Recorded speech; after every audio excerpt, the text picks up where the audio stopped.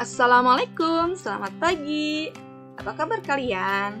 Semoga kalian selalu dalam keadaan sehat ya.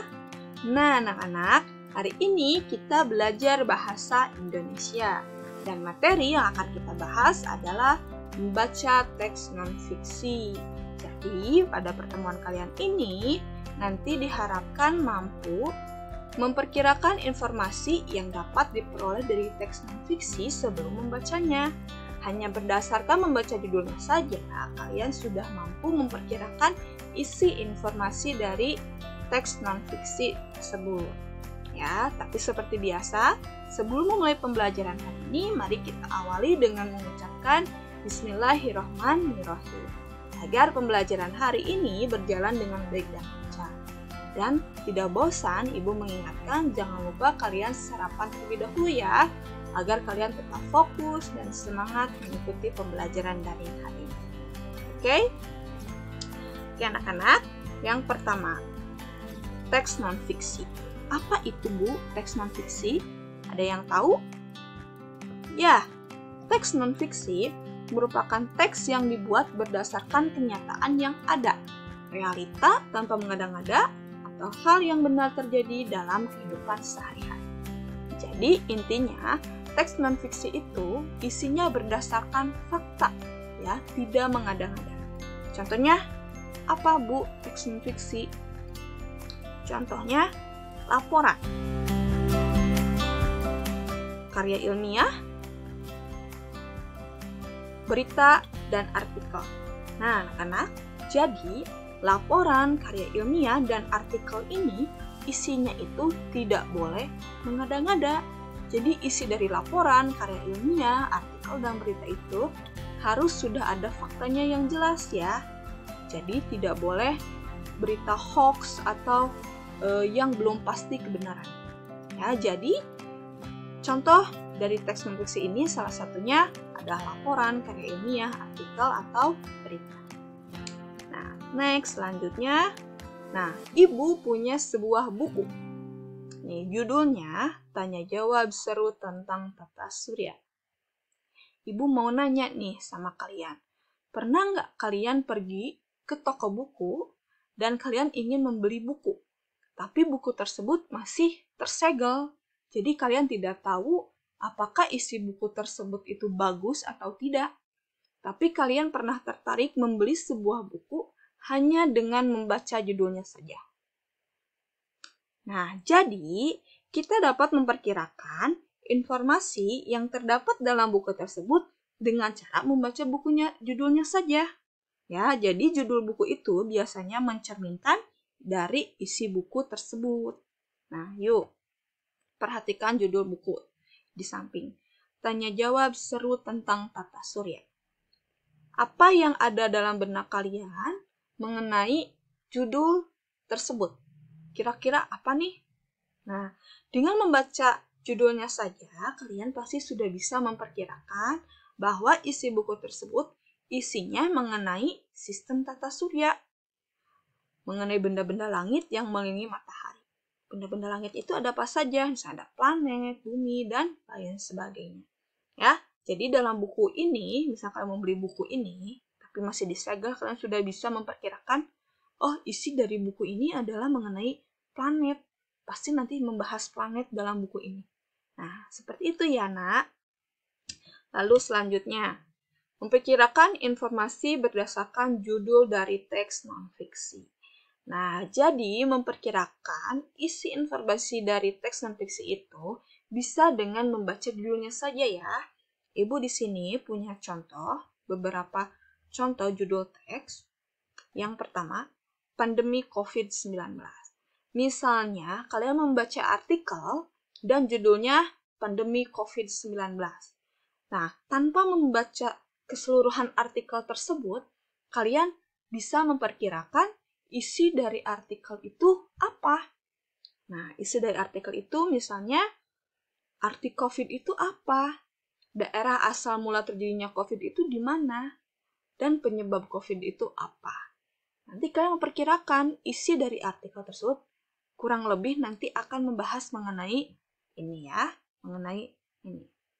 Selanjutnya, Ada sebuah artikel judulnya Hidup Sehat di Tengah COVID-19.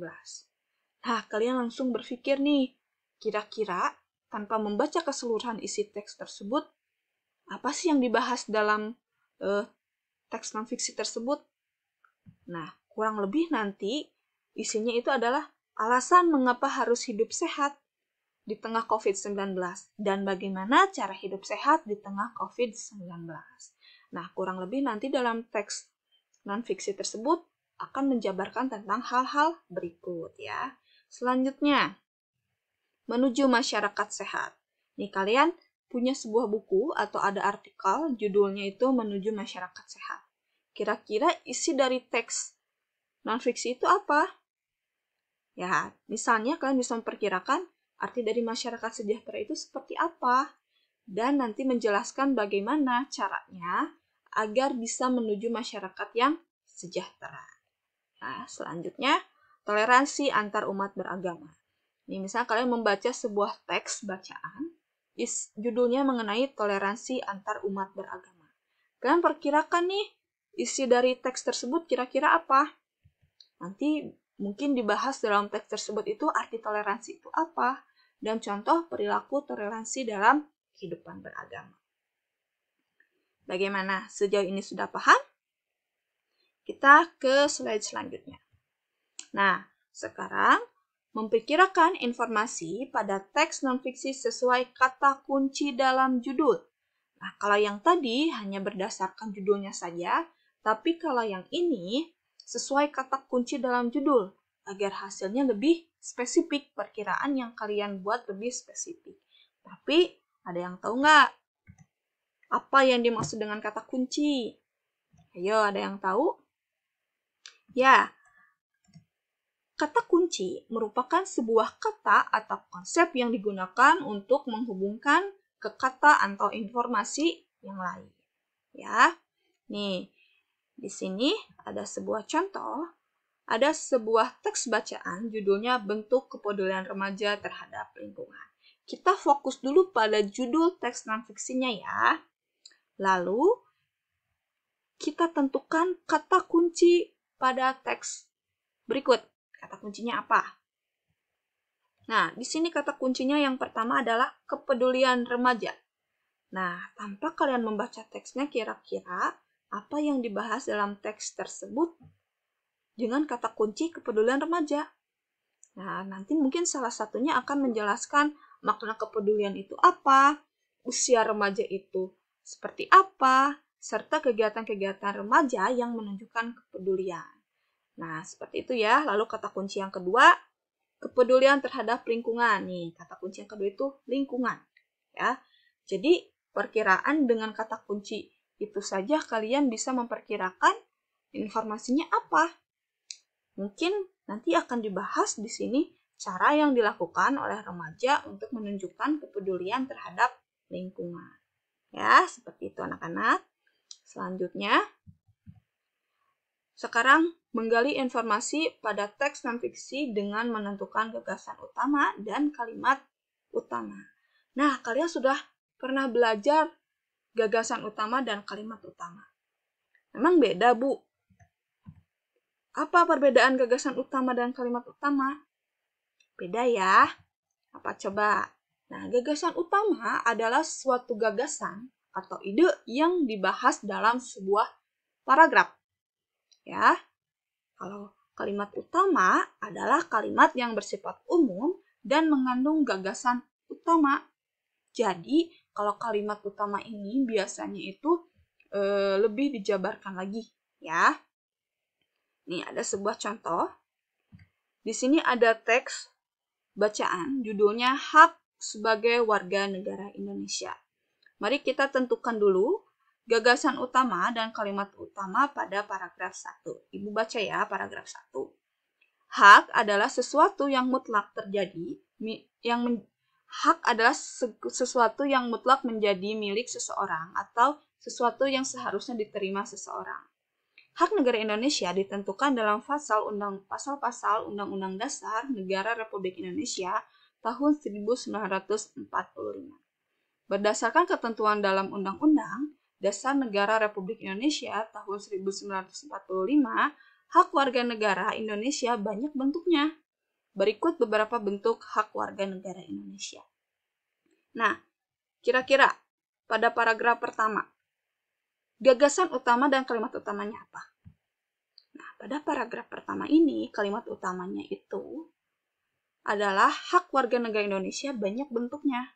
Ya, karena dibahas dalam paragraf 1 ini membahas tentang bentuk hak warga negara Indonesia secara umum, ya, menjelaskan tentang itu.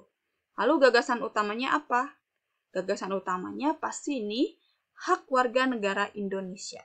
Jadi, secara umumnya itu membahas tentang hak warga negara Indonesia. Lalu kita ke paragraf yang kedua. Paragraf kedua Ibu bacakan ya.